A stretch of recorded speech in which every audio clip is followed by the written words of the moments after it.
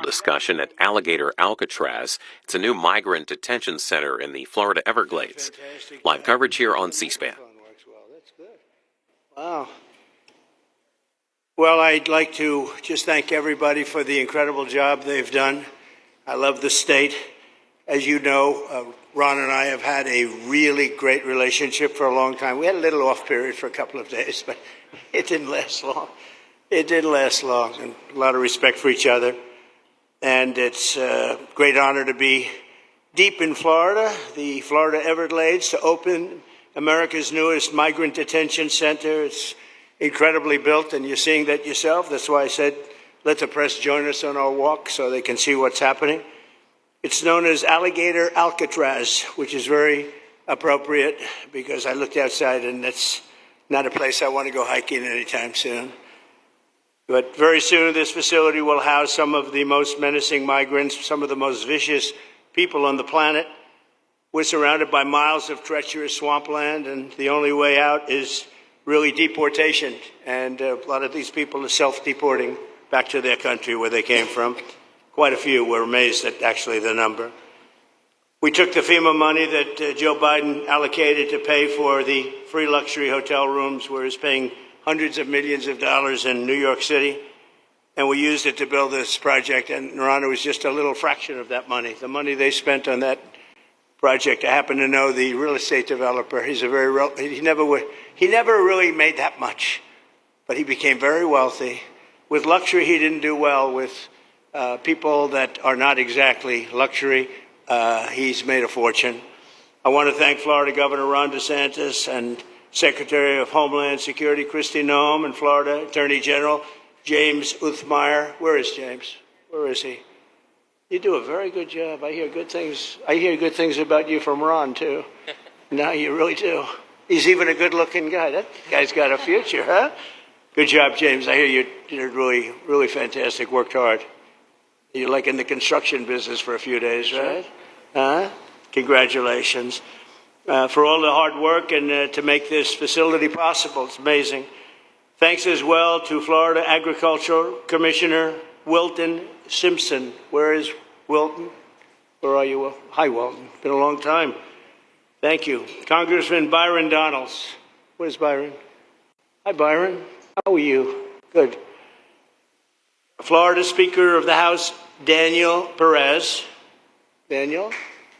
Daniel, thank you, Daniel. Why, you didn't want to sit up here with us, Daniel?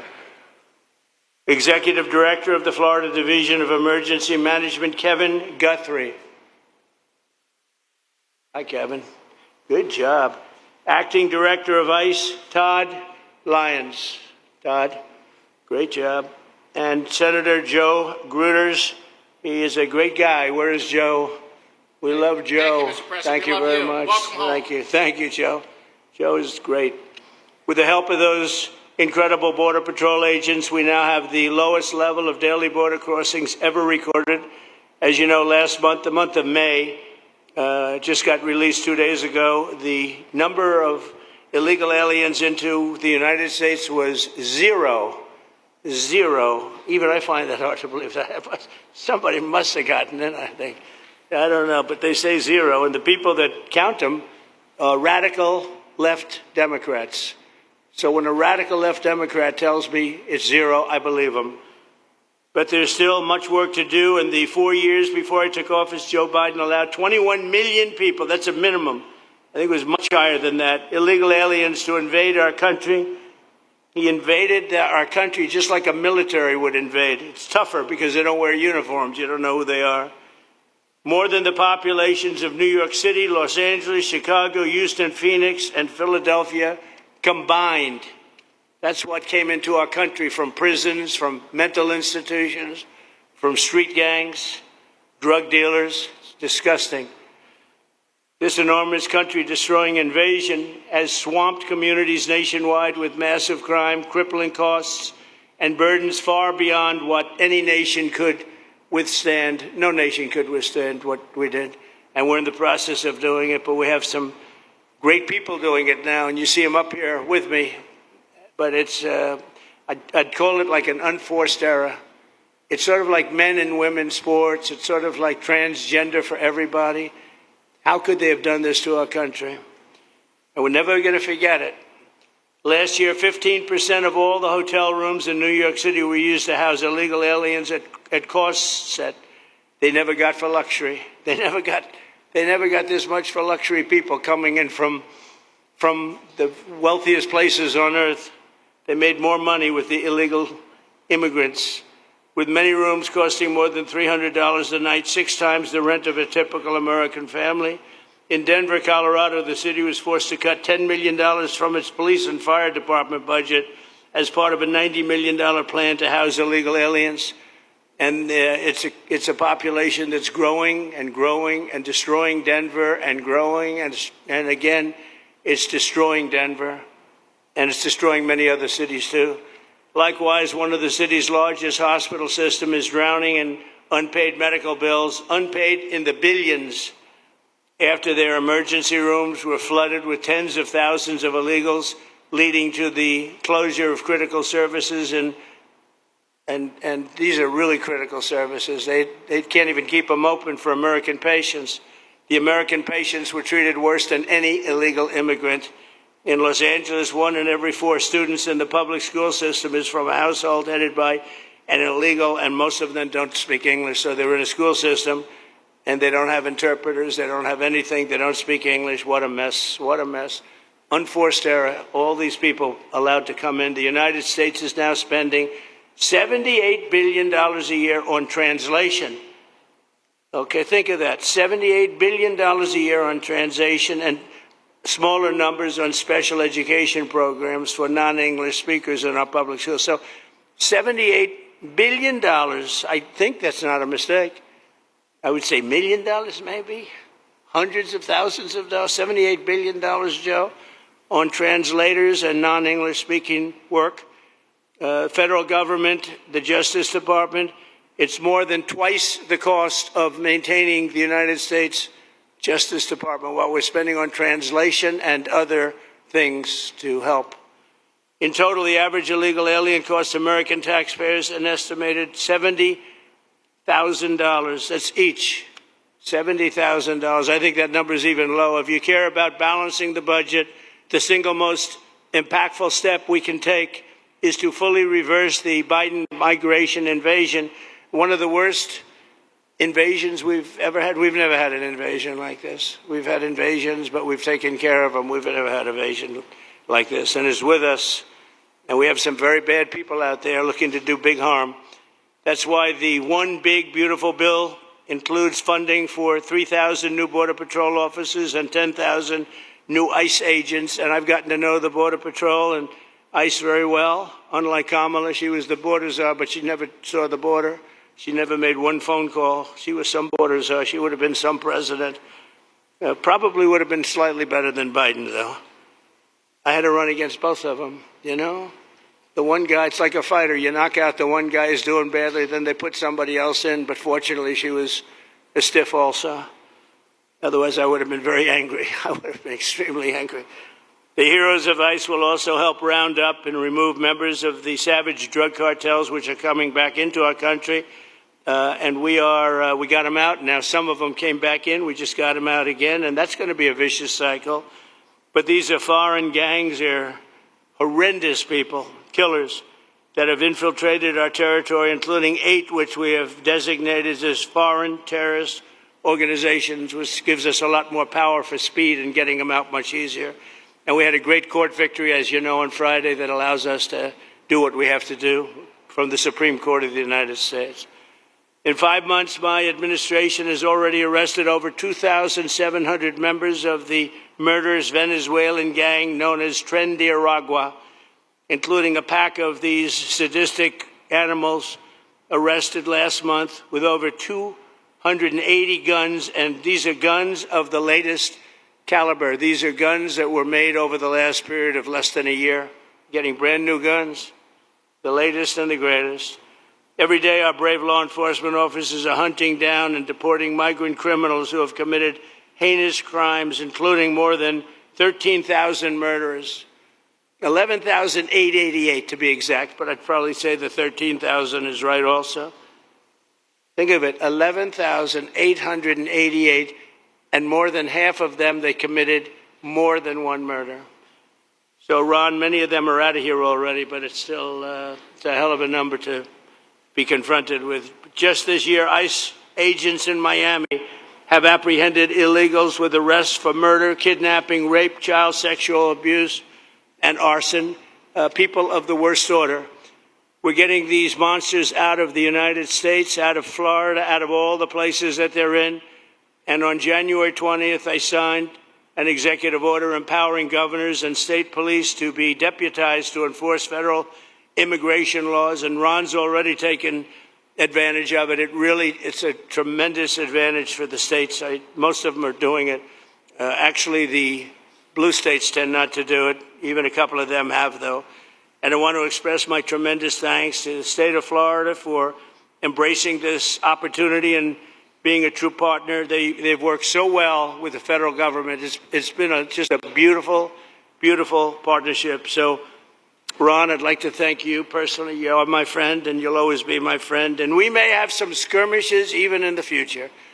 I doubt it, but I will always come back because we just seem to, we have blood that seems to match pretty well. We have a relationship that's been a very strong one for a long period of time, and I appreciate it, very much appreciate it. And also, Secretary Noem, I'd like to say, have you say a few words. You have been unbelievable, the job you've done. You and our favorite person, Tom Homan, have done, and your whole staff, because it's a lot of people, and Tom acknowledges it all the time. He respects you so much. He respects the staff that you both built. And you're really doing one of the great jobs. And it was great that you could work with Ron in Florida so well. Built such a great facility. So please say a few words. Thank you very much. I don't know if this will work. Well, thank you, Mr. President. First of all, I want to thank you for putting the safety and the security of the American people first.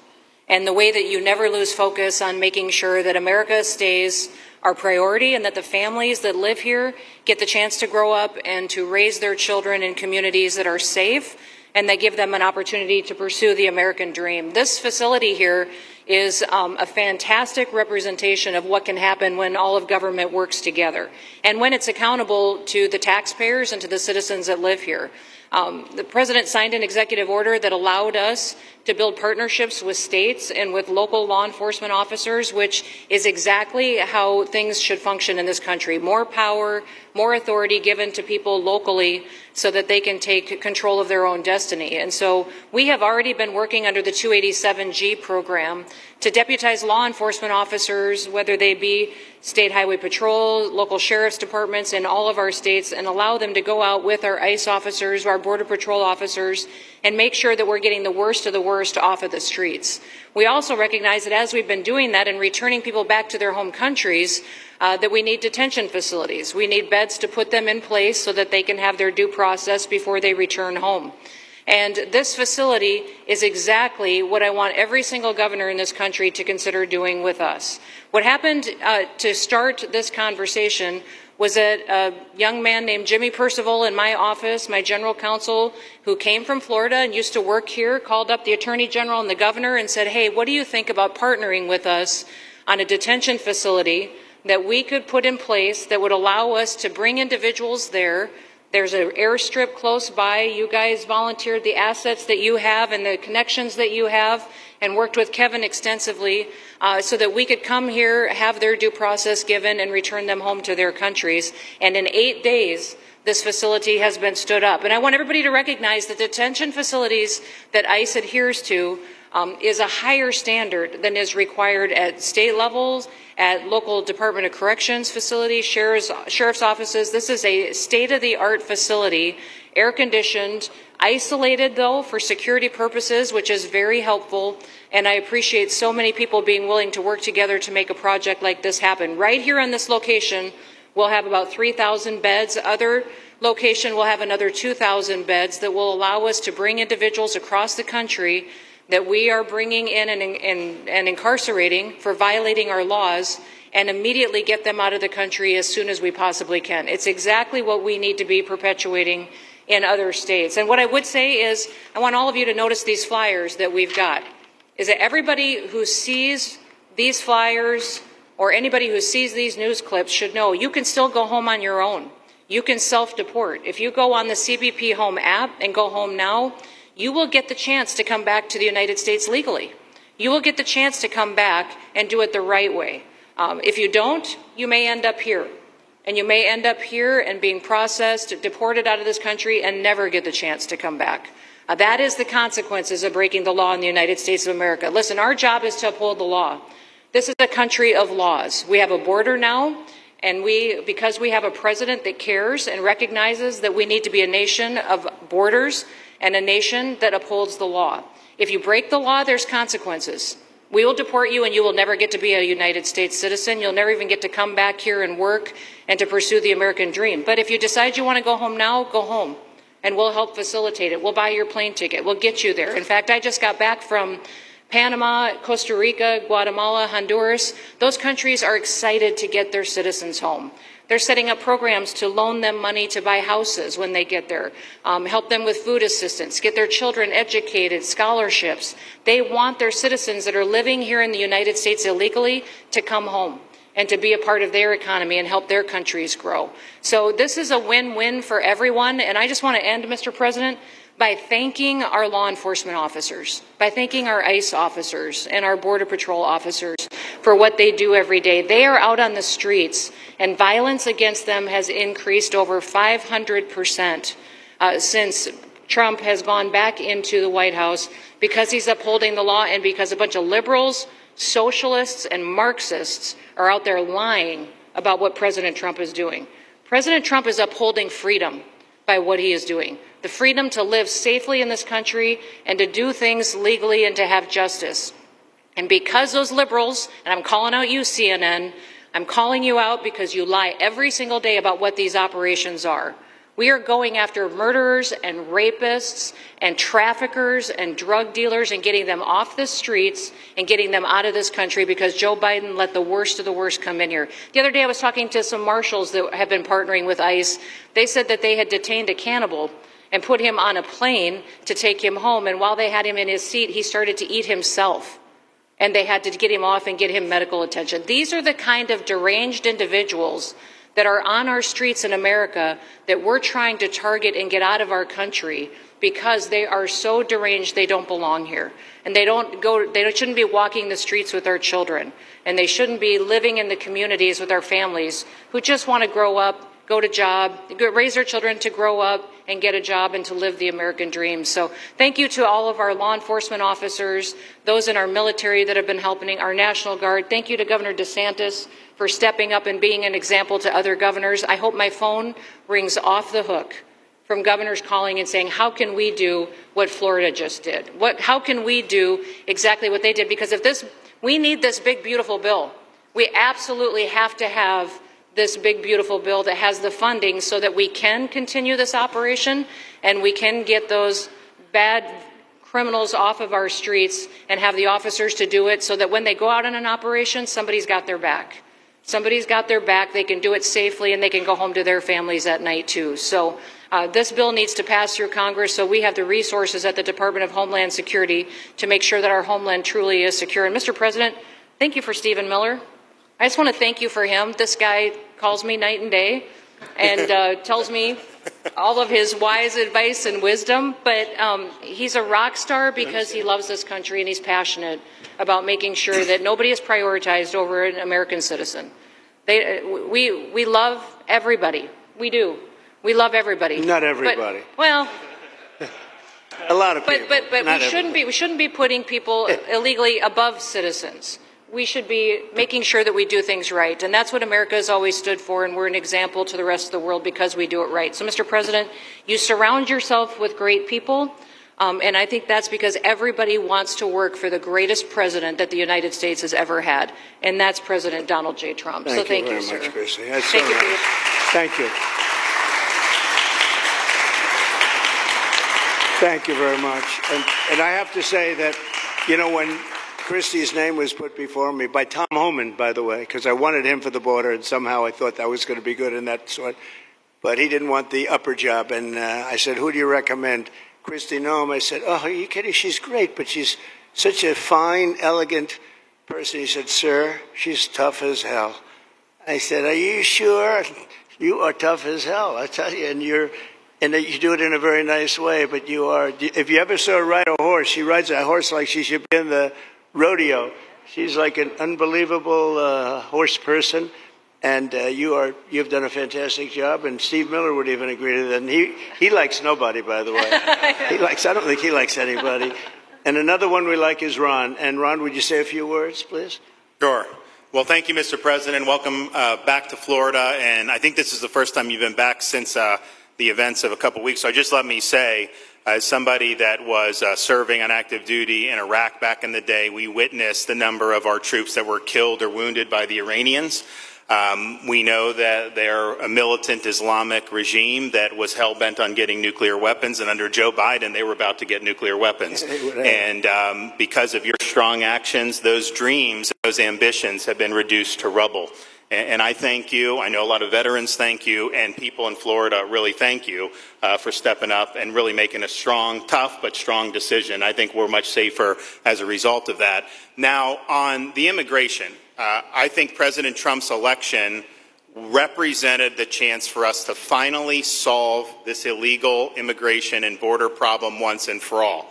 I knew he was going to do the border, although he did it very quickly and very thoroughly. I think that no one can say that that's been anything but a spectacular success. But then we have the issue of Biden let in how many millions of people? And you had millions that had been in over decades previous to that. You can't have a country if you don't have respect for the rule of law. You can't have a country if foreigners get to decide who comes in. No, we, the American people, make that decision, who's allowed or not allowed to come into our country. We've seen Europe be overrun by open borders, so we're not going to let that happen here. So when President got elected, I knew that the states had an important role to play in facilitating this really, really historic mission. We're the only state in America, Florida, that requires full cooperation with ICE from all state and local law enforcement entities. And what is the net result of that? We have these agreements for these 287G task force with sheriff's departments, police departments, state agencies, and it's really instrumental in rounding up a lot of really bad people who shouldn't be here. If you look at the number of those full-blown 287G agreements that have been executed around the country, the state of Florida counts for 60% of those. If you look at the number of immigration arrests of illegal aliens on any given day, the arrests happening in Florida constitute between 15 and 20%. Nationwide. So we're all in on this because we understand how important it is to our citizens.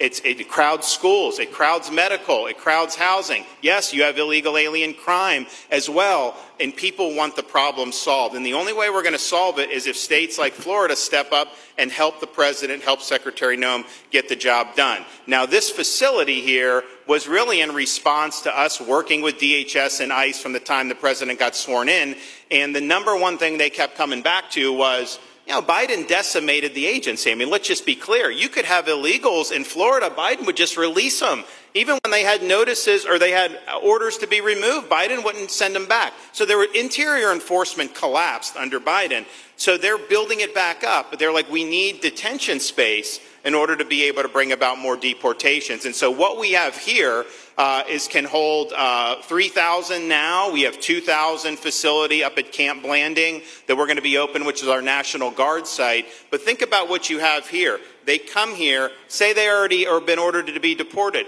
You drive them 2,000 feet to the runway, and then they're gone. It's a one-stop shop. And this airport that's been here for a long time is the perfectly secure location. It's going to make a big difference. And let me just thank everyone who was involved. We got the call from DHS a little bit more than a week ago. And here we are 8 days later with this facility open. And as soon as Air Force One departs, it'll be swept and it'll be open for business to be able to do. But our goal here is to process them and be able to effectuate their return to their home country. This is the opposite of what they were doing in New York by just putting them up in a hotel and then just letting them stay there indefinitely. No, we want to be able to send back. And when you walk into the processing, the President and I, Secretary Noem, Kevin Guthrie, walk through that initial intake, the first thing you see is information on how to go home on your own. Why would you want to come through Alligator Alcatraz if you can just go home on your own? I think a lot of people are going to make that decision. So you're going to have a lot of deportations that are going to be done by the administration, but I think you're going to have a lot of voluntary as well. So this is a force multiplier for the president's efforts. I would just say and echo what Secretary Noem says. There is no reason why other states can't be doing it. And I know Louisiana, Texas, a couple of them, but we've got if only the red states did this, they would be able to expand their capacity by tens of thousands, maybe 50, 100,000 on a given day. That's how you really start to make a difference. And so we're proud to be able to partner with the Trump administration on that. Mr. President, thanks for coming down. I think you highlighting this is going to move the needle in a big way throughout the country, and I think it's going to help all of us achieve the really big results that I think our voters want to see. Thank you, Ron. Great job. Thanks. Thank you, Mr. President, for the opportunity. My name is Kevin Guthrie. I'm the Executive Director of the Florida Division of Emergency Management. And I'd also like to thank President Trump and the Department of Homeland Security Secretary Noem for joining us here today and for their continued support. I want to thank first by thanking the man to my right, and that's Governor Ron DeSantis, whose bold leadership and swift action made this project possible. Make no mistake, this facility would not be standing here without the President, the Secretary, and the Governor's vision and determination to uphold the rule of law. Florida is and will always be a law and order state. Even before the President took office, the Governor made it clear that illegal immigration would not be tolerated in the state of Florida. When the President and the Secretary asked Florida to help, the Governor empowered our state and private partners to work collaboratively and deliver real results on a rapid timeline. The Florida Division of Emergency Management is best known for leading the nation in hurricane response and other natural disasters. We understand how to act fast without bureaucracy in the face of any emergency. Our teams built roads in 8 hours, bridges in 3 days, base camps in 72 hours, and full causeways in 2 weeks. Getting things done quickly, efficiently, and correctly is at the core of our mission. We simply just want to be the best at what we do in the nation. The Governor called me and we answered. And we were proud to bring our logistical expertise to the table. We know how to set up base camps for guardsmen, first responders, linemen, volunteers, and other aid sources and distribute that in a matter of days before a storm. We're able to translate this knowledge to what we did here at Alligator Alcatraz. Florida has put the best teams together who check their individual logos and egos at the door to get this done. Not just for you, Governor, but Mr. President, for you as well. There are over 13 different vendors that came together to get this solved in 8 days. Truly a whole of private sector partnership to get that done. Behind you on these boards, in only 8 days, we have built a fully compliant detention facility with a detainee capacity of up to 3,000 people, with room for additional capacity if you asked us to do so. The detention facility includes over 158,000 square feet of housing and is a fully aluminum frame structure rated for winds of 110 miles an hour or a high-end Category 2 for those people that don't think that we're taking that into consideration. This is Florida, by the way. Power supply is fully redundant with backup generators in place. We've put a staff village here on site with a capacity of 1,000. Our services are hot meal 3 times a day, 24/7 medical facility, pharmacy, air conditioning, access to indoor and outdoor rec yards, legal and clergy support services, laundry. Our security element is over 200 security cameras throughout the facility, more than 28,000 feet of barbed wire, 400 plus security personnel to include 200 men and women, soldiers and airmen underneath Major General John Haas's command as the Adjutant General of Florida. And it's all surrounded, as you pointed out, Mr. President, by 10 miles of beautiful Florida Everglades. Contingencies, as with all state correctional facilities, we have a hurricane plan. We will not wait for a Cat 2. We will follow our normal evacuation procedures as we do for any other facility statewide in our great state of Florida. We have on-site fire and EMS resources so that we do not we don't burden the locals with any type of response. All in all, sir, this has been a perfect state logistics exercise for this hurricane season. Everything we did here in the last 8 days God forbid, if we have a hurricane, we're going to do it again. This was a dress rehearsal for us, and we are ready, willing, and able to support you, sir, the governor, secretary, and everything that you need us to do. Just a week ago, it was a taxiway and a runway, and now it's a fully functioning facility. We are happy to support you, Mr. President, Governor, Secretary. Fantastic, Joe. Thank you.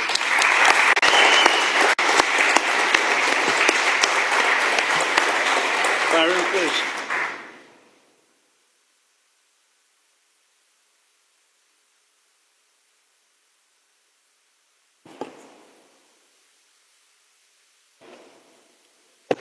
There we go. First of all, Mr. President, we all have to thank you for your leadership and for the mandate that the American people gave you to finally secure our borders and to deport criminal illegal aliens and longstanding illegal aliens out of the United States.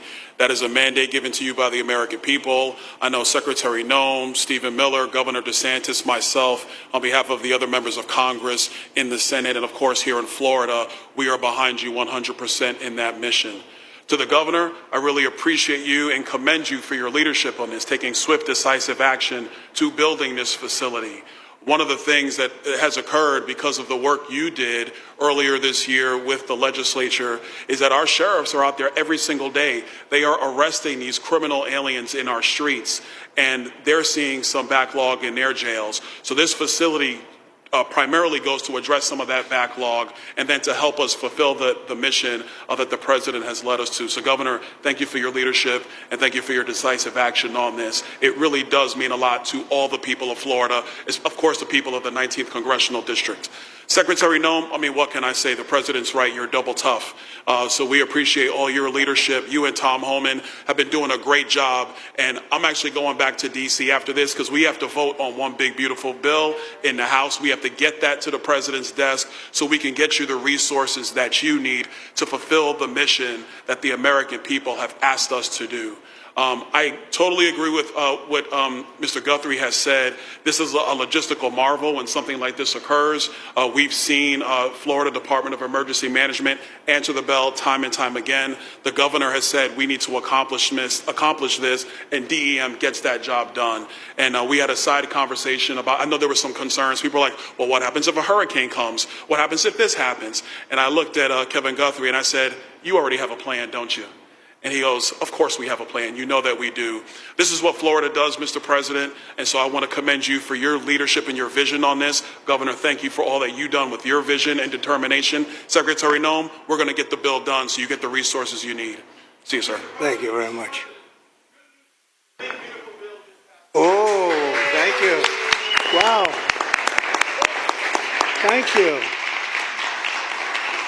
You know, I'm waiting, listening to these wonderful words, and they are music to my ears, but I was also wondering how we're doing, because I know this is prime time. It shows that I care about you, because I'm here, and I probably should be there, but we do care. Thank you very much. James, please. We're all happy now, James. Yeah. Well, I can speak on behalf of all of our sheriffs, state law enforcement, our police chiefs. We are going to continue to make arrests, our pedals to the metal, as many as we can. We want to fill this place up. The governor and Kevin have shown they can build bridges in 3 days, so why not some detention facilities? Hopefully there's more to come. And you really kind of were the inspiration for this. We like the idea of reopening the original Alcatraz. I don't know if that can happen or not, but we thought, hey, we've got our own natural Alcatraz in the middle of the Everglades. Great runway, great perimeter. So let's make it happen. In Florida, we walk the walk, and we will deliver for all of you. Thank you. Well, I heard you were responsible for the locational pick, and you cannot have picked a better location. I said, whoever the hell made this choice, I know you take it a little heat from some environmental groups, but I take it all the time, and that's an honor. But I heard you were very responsible for that choice, and that was a big choice. Thank you very much. Great job, James. Thank you. Do you want to finish over here, and then we'll go over here? We'll go back and celebrate the big, beautiful bill that you just got passed. You sure that's right? Right, Brian? Yeah, all right. Wow, good. He's doing a good job. Right. Wow.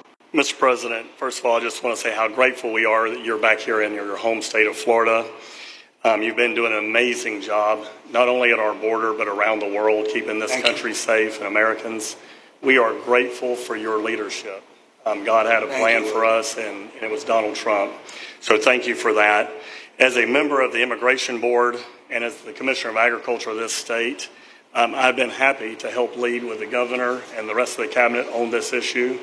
We're very proud, Secretary Noem's here today and others, to represent not only the United States in our efforts to make this commitment to keep our citizens safe, but we're going to continue in Florida to remove the barriers to have your vision come true of a safe United States. We're going to get these illegals, the illegal criminals out of this state, and we really appreciate you and your leadership in this effort. So thank you for being here today. Thank you very much. You're doing a great job, too. Thank you. Thank you, Mr. President. Joe Gruters, State Senator. I'm a member of your Homeland Security Advisory Council, your Vice Chairman. Thank you for that appointment. And thank you for coming back to Florida and everything that you do. Every single day you are delivering on the promises that you promised to us at all of the events you've done throughout the years, but specifically this last campaign. You deserve all the credit for everything, and you are surrounding yourself with incredible people like Secretary Noem, Stephen Miller, and just like your big, beautiful bill here in Florida, there was a lot of commotion about our immigration bill. And we had 3 B's in that: beds, badges, and bad guys. And this goes right along with our beds and the resources. And I give the governor, Ron DeSantis, a lot of credit for stepping up and making sure that we all work together, because at the end of the day, even if sometimes there are skirmishes, as a result of the back and forth, we ended up with a better bill, and we all win. And what we're doing here in Florida hopefully will happen all across the country. You've done, your leadership is amazing. Keep up the great work, and just know that Florida loves President Donald J. Trump. Thank you very much, Joe. Appreciate it for a long time. Appreciate it. By the way, Okeechobee is something that we did together also, and that was a lot of money spent. I hope it was well spent. I know we did a Rolls-Royce job, but it's a lot of money that we spent out there together. And how is it going? You can delegate that to us, because we move faster than the Army Corps. Good. So we will finish that reservoir. Good. If you delegate it to us, I'll get it done and much quicker. Oh, I would do that. Yeah. I'll tell you. Let me ask myself permission. Permission granted. Go ahead, get the thing, get it complete. You want to do that? All right, we're gonna go talk to the Army Corps then after this. Good. You can move faster, actually. Please. Thank you. Sir, just first on behalf of the men and women of ICE, we just want to thank you for allowing us to do our job again. You know, your vision and under Secretary Noem's leadership, this is what the American people want. And I hope that you see great results of what we're doing out there every day of getting the worst of the worst out of our communities. Because of you and Secretary Noem, I have the privilege to lead one of the most premier and the finest law enforcement agencies that we do have in the United States. And the men and women of HSI and ERO Miami do incredible work, like you highlighted. And with the governor in the state of Florida, the partnership in Florida has been amazing. The 287G program is only going to help us to identify all those known gotaways and get the worst of the worst out of the neighborhoods. And through our Homeland Security Task Force, we are going to make America safe again. So thank you very much to both you and the Secretary. Thank you, Todd. Great job. Really great job you're doing. Thank you. Please. Good morning, Mr. President. Hi. Thank you so much for coming. Again, as Garrett Ripp, I'm the Field Office Director for ICERO here for the Miami Field Office. Incredible collaborative work we've been doing together, working with the state, working with our local partners. And again, just the 287G is going to open up that aperture and allow us to get those bad hombres off the street and get them into this facility. And we're looking forward to it. And again, just appreciate all your support. Thank you. Always thank you. You've always been so great. Thank you very much. Please. Good afternoon, Mr. President. On behalf of Air Marine Operations, my name is Andres Blanco. I'm the Executive Director for Southeast Region. AMO continues to execute and support your executive orders. Air Marine Operations brings a unique capability both in the air and the maritime domains. And in partnership with our Border Patrol, OFO officers, and ERO, we continue to conduct effective operations both interior, along the border, and along maritime approaches. Thank you very much. Good job. Good afternoon, Mr. President. Jose Figueroa. I am the Acting Special Agent in charge for Homeland Security Investigations here in South Florida, and our office covers from Key West to Fort Pierce. Tremendous collaboration here with the state and our federal partners. HSI is conducting criminal investigations into TDA, MS-13s that are involved in human smuggling, sex trafficking of minors, and we will continue that effort with your support. Governor DeSantis, thank you very much for this facility. Looking forward to continue the great work. Thank you. Thank you very much. Steve, would you like to say something? Our star. Thank you, Mr. President. I just want to say on a personal note, getting to watch what you've done over the last 5 months to deliver on a 50-year hope and dream of the American people to secure the border. When President Trump came into office on January 20th, the United States had endured the largest wave of illegal immigration in human history. Not just American history, human history. And within just a few days, President Trump, through his strength, leadership, diplomacy, and vision, achieved the most secure border anyone in the world has ever seen. When we recently went overseas to the NATO summit, I had senior staff in foreign governments come up to me and ask me how he achieved the Trump miracle on his border and could that be replicated in their countries. For individuals who don't work in this space, to have 0 successful illegal entries in an entire month should be an impossible achievement. There's a 2,000-mile border with one of the poorest countries in the world, and you have open travel from 150 countries into Central America and South America. There are 2 billion people in the world that would economically benefit from illegally coming to the United States. And through the deployment of the military, through the deployment of novel legal and diplomatic tools, through the building of physical infrastructure, through the empowering of ICE and Border Patrol, and the entire federal law enforcement apparatus, President Trump achieved absolute border security. And now, once this legislation is passed, he will be able to make that with those resources permanent. Watching what you've done, sir, has been one of the honors of a lifetime. I'm proud to be able to play any role in it. And what President Trump is going to achieve next with the resources in this bill will make America safer, stronger, freer, more sovereign, and more prosperous than it has ever been before. Thank you, sir. Thank you, Steve. Thank you. And the bill is going to be great for Iran. It's going to be great for Florida, too. There's a lot of set-asides for Florida, some of the things that you wanted to do. And so it's great news to hear that it was approved. Do you want to take a few questions, Ron? We'll take a few questions from these. Yeah, please, go ahead. Yeah. Thank you, Mr. President. Given the likelihood of the One Big Beautiful Bill passing, and we look forward to the success of this facility here, how many more facilities like this do you feel that the country needs in order to enact your agenda of mass deportations? Well, I think we'd like to see them in many states, really, many states. This one, I know Ron's doing a second one, at least a second one, and probably a couple of more.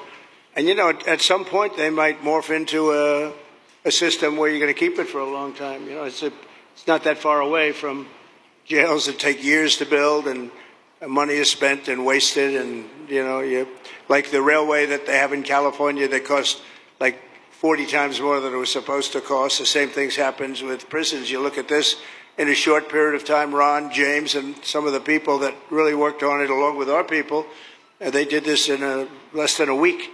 And you look at it, it's incredible. The incredible thing is picking the site, because the site was one of the most natural sites. It might be as good as the real Alcatraz site. You know, it could be. Well, that's a spooky one too, isn't it?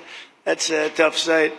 But so I think it can last as long as they want to have it. I mean, you may morph this into, you know, your prison system, frankly, which I know you always need, unfortunately. I'd like to say, you know, a little controversial, but I couldn't care less. We have a lot of bad criminals that came into this country, and they came in stupidly. It was an unforced error. It was an incompetent president that allowed it to happen. It was an auto pen maybe that allowed it to happen, and it did happen. But we also have a lot of bad people that have been here for a long time, people that whack people over the head with a baseball bat from behind when they're not looking and kill them, people that knife you when you're walking down the street. They're not new to our country. They're old to our country. Many of them were born in our country. I think we ought to get them the hell out of here, too. You want to know the truth. So maybe that'll be the next job that we'll work on together. But I think getting them out, you know, we forget about them. We had some bad accidents in New York. And they're not accidents. They were done very much on purpose. People being pushed into a subway just before it arrives, going 40 miles an hour.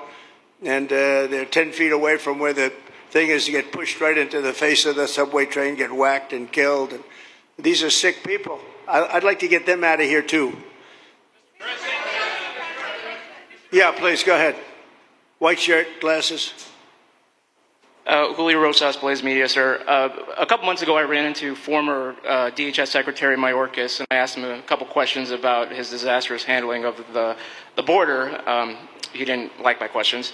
But the number one question that I heard from people in responding to my video was, why hasn't he been arrested yet? Obviously, you guys are cleaning up the mess that was made deliberately for the past 4 years, and so people want accountability. It's great to see that the border is secured, and it's great to see the state level cooperation. But I guess I would ask you, why hasn't he been held accountable, or anybody really? Well, pardons were given out by to many people, and they shouldn't have been given out. Like the Unselect Committee of Political Thugs was given a pardon because they destroyed all of the information from 2 years of hearings, and they should be arrested, but they were given pardons. Was he given a pardon, Mayorkas? Was he not? I don't believe so, sir. Well, I'd take a look at that one, because what he did is it's beyond incompetence. Something had to be done. Now, with that being said, he took orders from other people, and he was really doing the orders, and you could say he was very loyal to them, because it must have been very hard for him to stand up and sit up and talk about what he allowed to happen to this country and be serious about it. So he was given orders. If he wasn't given a pardon, I could see looking at that. In fact, why don't you take a look at it, Kristen? He was impeached, but yeah, it was just a fake impeachment. It was a fake impeachment. Why don't you take a look at it? I think he was so bad. They were all so bad. Look, it was the worst president in the history of our country. We've had some bad ones, but he was the worst president. But somebody told Mayorkas to do that, and he followed orders, but that doesn't necessarily hold him harmless. So take a look at it. Very good question, actually. Thank you. Yeah, please. Go ahead. Mr. President, you and the Secretary have both said that many people have self-deported since you came back into office. Yeah. How many is many, and has the rate gone up? How do you see the tempo of that moving forward going on?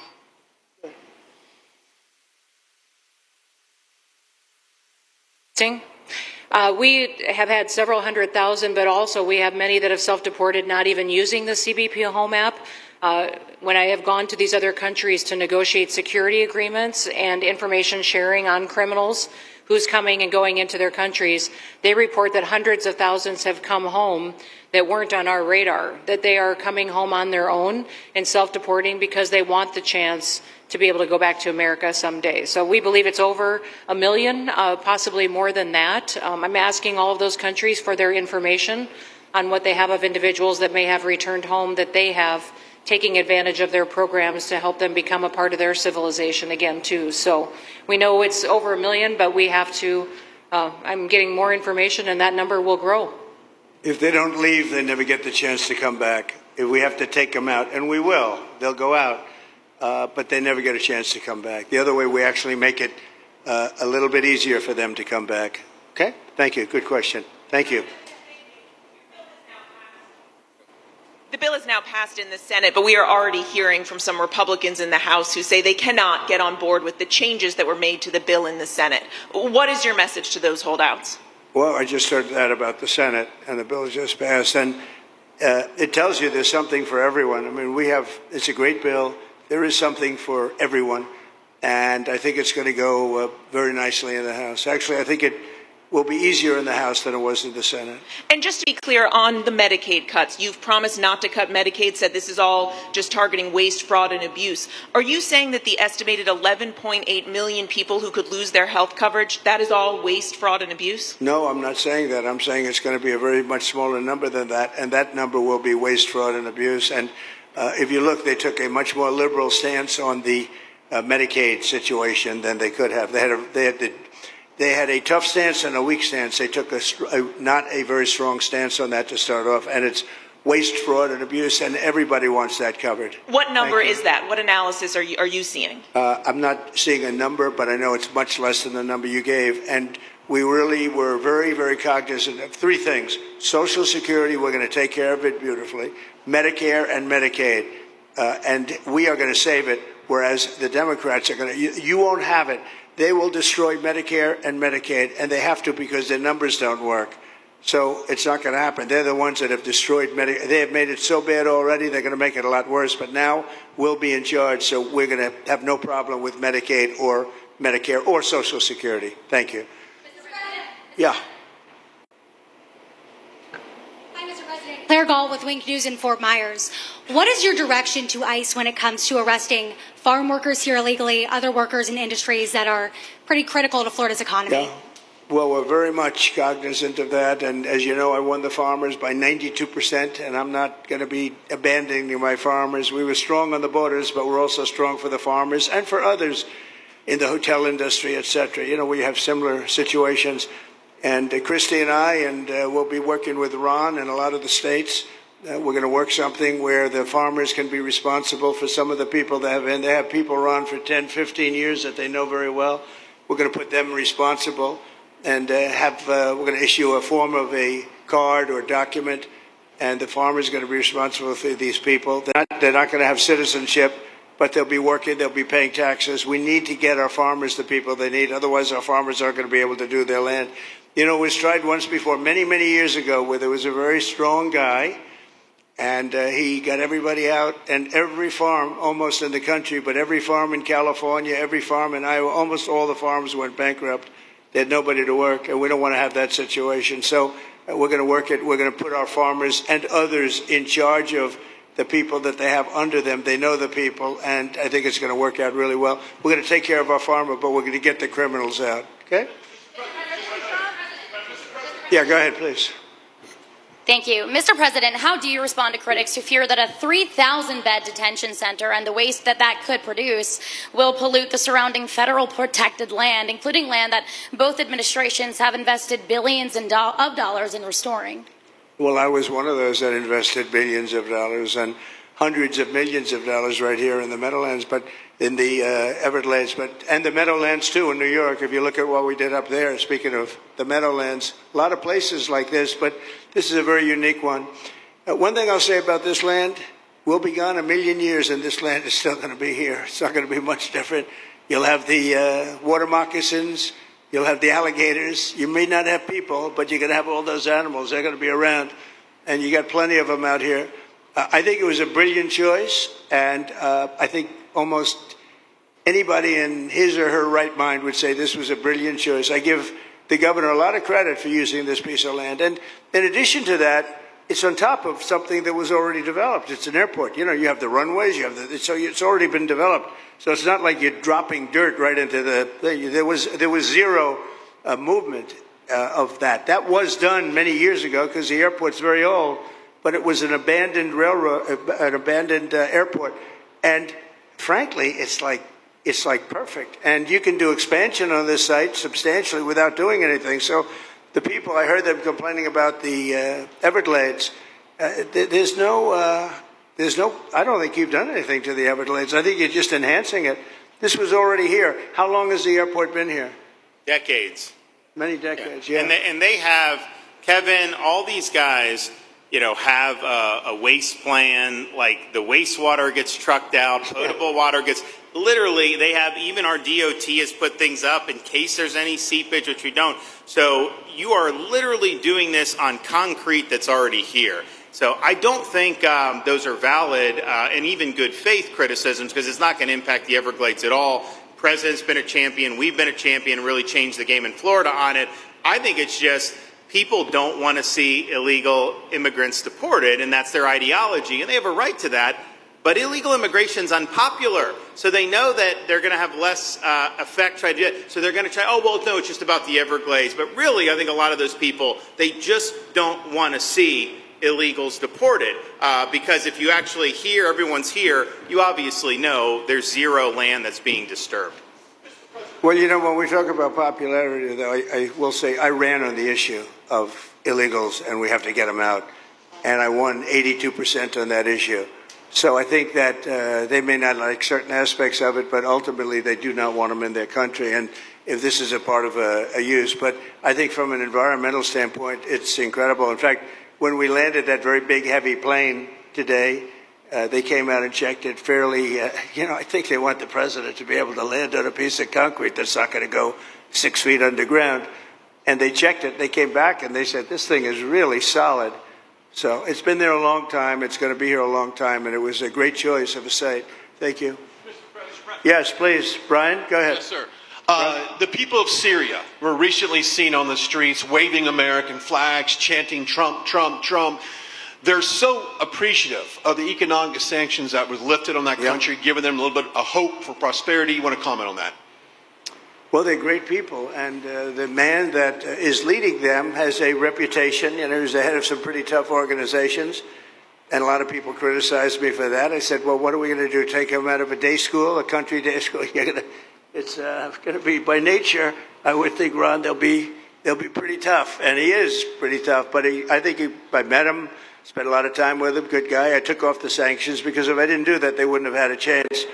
And Syria has a chance. The people are great. They work hard. They're very smart. It used to be a place of professionals, accountants and lawyers and doctors and high academic credentials in that part of the world.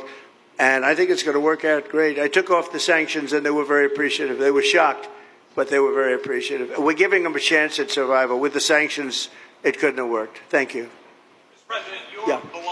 Mr. President, your beloved New York City may well be led by a communist soon, Zorhan Mandami, who in his nomination speech said he will defy ICE and will not allow ICE to arrest criminal aliens in New York City. Your message to communist Zorhan Mandami? Well, then we'll have to arrest him. Look, we don't need a communist in this country, but if we have one, I'm going to be watching over him very carefully on behalf of the nation. We send him money. We send him all the things that he needs to run a government. And by the way, they get about 3 times what you get, Ron. If you look at the per capita, Florida gets 1/3 of what New York gets in terms of the numbers. Why don't you give us those numbers? Yeah, well, because that's what we should send him. Yeah, well, like sometimes people say Florida gets more because they count Social Security recipients, but that's not money to the state. Those are seniors that live here. If they moved to North Carolina, you could count it there. So it has no interaction with the state government. They get more in the city and state governments than we get. Right, substantially. We're going to be watching that very carefully, and a lot of people are saying he's here illegally. We're going to look at everything, and ideally. He's going to turn out to be much less than a communist. But right now, he's a communist. That's not a socialist. I've always said, we will not have socialism in this country. In the speeches, I said, well, what? They skipped socialism. And you get a lot of them like that. And you see AOC, she's out there with her, bad IQ. She's out there ranting and raving about how wonderful he is. And look, so far he's winning. He still has a race to win, but so far he's winning, and he has an advantage as a Democrat in New York City. I was there a long time ago, and it was a long time since a Republican won the city, but you would think that a Republican would be able to win. Or you have a good independent running, Mayor Adams, who's a very good person. I helped him out a little bit. He had a problem, and he was unfairly hurt over this question. He made a statement to the effect that this is terrible. New York City can't have all these immigrants come in. And like he was indicted the following day. And I said, that was a phony indictment. And it was a phony indictment. That was a Biden indictment. I said, don't feel bad. I got indicted 5 times every time you opened your mouth. That was a bad group. That was a very dangerous group, I will tell you. These were not nice people. That was the only thing they could do. They had no policy. They had no skill. They had no anything. But they were very good at that. They were vicious, vicious, horrible people. Thank you very much. Yeah, please go ahead. Anna Giratelli with the Washington Examiner. Governor DeSantis has proposed using National Guard, deputizing them as immigration judges to get through this massive backlog of people in the immigration court. Would you be open to that? Yes, he has my approval. Okay. That wasn't too hard to get, was it, front? He didn't even have to ask me, James. You didn't even need James to ask me. He has my approval, okay? Good. I also like what he's doing in Okeechobee. He has my approval for that, too. I don't know how we work that out, but we'll work it out. We'll follow up. Go ahead. Please. President Trump, Jake Stofan with Action News Jax from up in Jacksonville. There's some talk about a facility similar to this up in Camp Blanding. Has that been approved by DHS? If not, what's the timeline? When could we see ground break on that?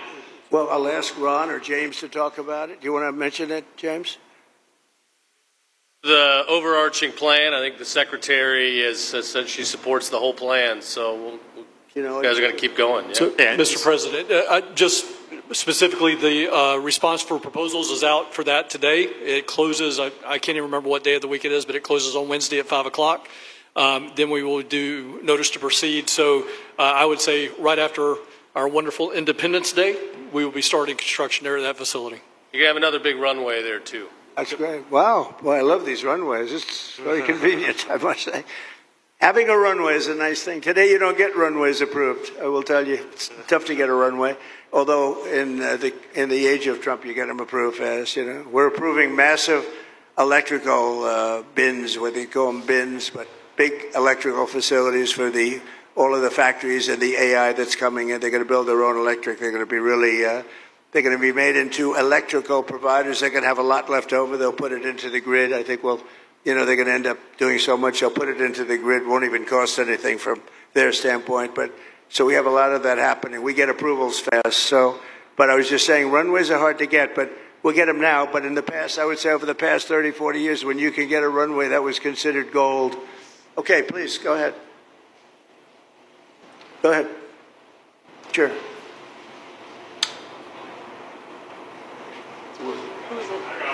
Okay, go ahead. Yes. President Trump, Laverne McGee, News 6, Orlando. You have fulfilled several campaign promises, along with the help of Governor Ron DeSantis. What is the next campaign promise that you plan to fulfill to the American people? So, we have turned this country around in less than 6 months. And when I was away, and I was telling Ron, I was telling some others, I've said it a little publicly, I guess, but I met a lot of very important people. The King of Saudi Arabia, I was there 2 weeks ago, and Qatar, the leader of Qatar, who's great, and the leader of UAE, who's great. These are very substantial people, very smart people, and good people. And all three of them said essentially the same thing, along with many other people, because I just left NATO. NATO's we took it up to 5%. Nobody can believe that one run. That would be hard, but nobody believes that. What happened in NATO, over $1 trillion a year from like nothing. It was an honor. But every leader said that a year ago, this country was dead. They had no confidence in the United States. They really felt it was a dead country, and it was some bad things were going to happen. But they used the term, it was a dead country, and now they said you have the hottest country anywhere in the world. We're the hottest country in the world right now. And we turned it around fast. I thought it would take longer than this. We turned it around fast. Some of it was psychology, and we had to know how good we were. But others was getting rid of rules, regulations, and all of the things that I got rid of already. I signed more executive orders than anybody in history, times like 3 or 4. And I got rid of just one. I got rid of the other night. You buy a house, they have a faucet in the house, Joe, and the faucet, the water doesn't come out. They have a restrictor. You can't, in areas where you have so much water, they don't know what to do with it.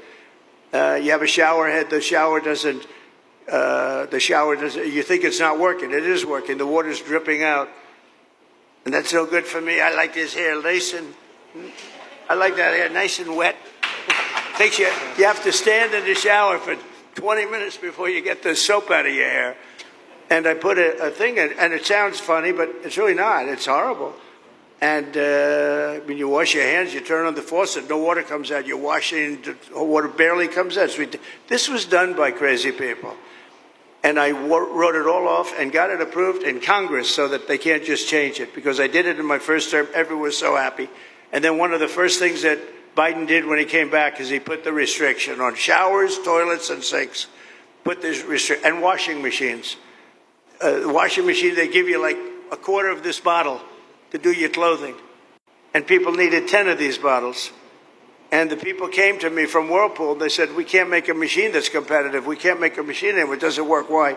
They don't let us use water. Do you have any problems with water? No, we have so much we don't know what to do with it. You know, it comes down from heaven, right? And I approved all of that, the washing machines, the whole thing. The dishwashers, that was the other one. They give you like this much water right up to there to do your dishes. So people, you know what they do? They keep pressing the button.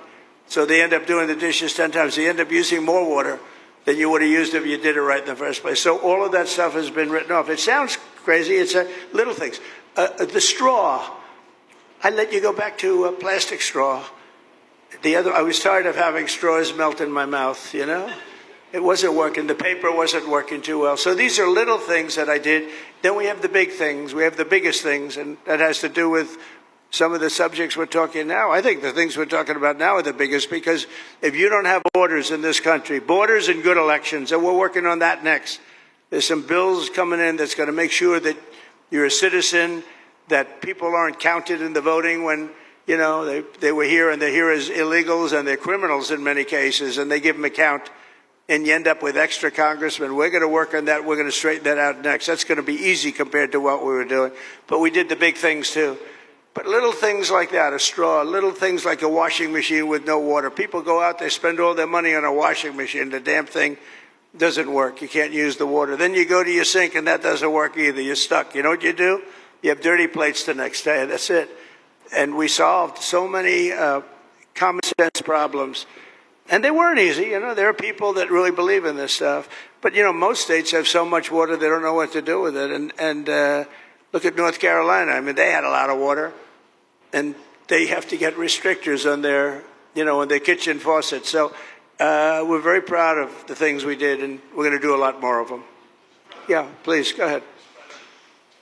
You guys in good shape. Hey, it's Eric Bowling. How you doing, sir? Something we've talked about for, I'd say, the better part of 20 years. I think it's something near and dear to your heart, energy, our energy security. Under Joe Biden, average price of oil for the 4 years was about $79 a barrel.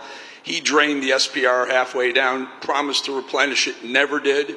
Right. Under you, first term, $53 average price for 4 years. Biden was $78 for 8 years. It was never refilled. The question is now it's $64 or so. Yeah. Coming down rapidly. Coming down, and what a great opportunity to fix another one of Joe Biden's problems, one of the things he broke in America, giving us the energy security of an emergency SPR, sure. Fill it to, maybe even go beyond and fill it to 1 billion barrels this time at a much cheaper price. Thoughts on the energy sector? So it holds 77 million barrels, and we had it up to the top, if you remember. And I was proud of that, and I made a deal to buy it at the lowest price of oil. It was a good deal, good instinct. And we filled it up, and when he came in, he started using it to keep oil prices down because he blew our energy policy out. Energy and his bad spending is what caused inflation. So now we have no inflation. Gasoline just hit $1.99 today in 5 states. $1.99, isn't that a nice sound? It was up to $4, and going up to 5, 6, and 7. In California, it was $7.70. But we just hit in five states, $1.99, $1.98. And it's coming down to that level, so that'll be a big thing. And one of the reasons the prices and costs are going down when you go to the supermarket, because I said I was going to get costs down, we're getting the costs down. Food is coming down. When I came out, my first week, if you remember, I had a lunatic reporter screaming at me saying, eggs are going through the roof. What are you going to do about eggs? I said, I just got here. I didn't know anything about eggs. I had to call you. I said, look, I just got you. Tell me the problem. Well, they're doubled in price, and they're going to be 5 or 6 times higher. They were right, actually. I said, let me work on it. And now we have eggs down to the same numbers it was when I first came in. You know, we lowered the cost of groceries. A simple word like that, groceries, it was like almost a strange word. I hadn't heard the word in so long. But what could be more beautiful than the word grocery? And we have the prices way down. We have the energy way down. Energy brought the groceries down, if you want to know the truth. And, you know, so we think we're going to get it lower, and we're going to fill up the it's called the Strategic National Reserves. I had it topped out, and this guy would use them every time before the election. He'd use them whenever they had an election. It was artificial. But believe it or not, as big as that, are tens of hundreds of millions of barrels of oil, all filled up at low prices. But it was really meant for wars, and it wasn't meant for keeping prices down during a holiday so that somebody could get elected. But they used it, and they didn't bring it. The only mistake you made, they didn't bring it a little down. They brought it right down to the bottom. The thing is practically empty. They never filled it up. They never spent 10 cents in filling it up. And we'll do that. When the market is right, we'll fill it up. I want to fill it up when the market's right. Thank you. How about one more question? Okay, please, in the back. Dana Marie McNichol, Fox News Channel. Mr. President, is there an expected time frame that detainees will spend here, days, week, months? And does that have anything to do with the immigration judges you just spoke about being trained and staffed here? When you say, what was the first part of your question? Is there a specific time frame you expect the detainees to spend here? Days, weeks, months? In Florida? Yes, here at Alligator Alcatraz. I'm going to spend a lot. Look, this is my home state. I love it. I love your government. I love all the people around. These are all friends of mine. They know them very well. I mean, I'm not surprised that they do so well. They're great people. Ron has been a friend of mine for a long time. I feel very comfortable in the state. I'll spend a lot of time here. I want to, for 4 years, I've got to be in Washington, and I'm okay with it because I love the White House. I even fix up the little Oval Office. I make it, it's like a diamond. It's beautiful. It's so beautiful. It wasn't maintained properly, I will tell you that. But even when it wasn't, it was still the Oval Office, so it meant a lot.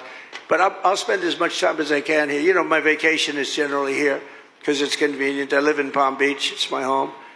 And I have a very nice little place, nice little cottage to stay at, right?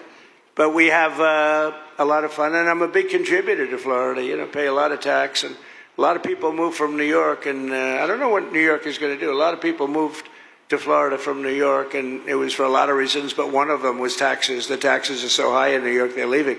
I don't know what New York's going to do about that, because some of the biggest wealthiest people and some of the people that pay the most taxes of any people anywhere in the world, for that matter, they're moving to Florida and other places. So we're going to have to help some of these states out, I think. But thank you very much. I'll be here as much as I can. Very nice question.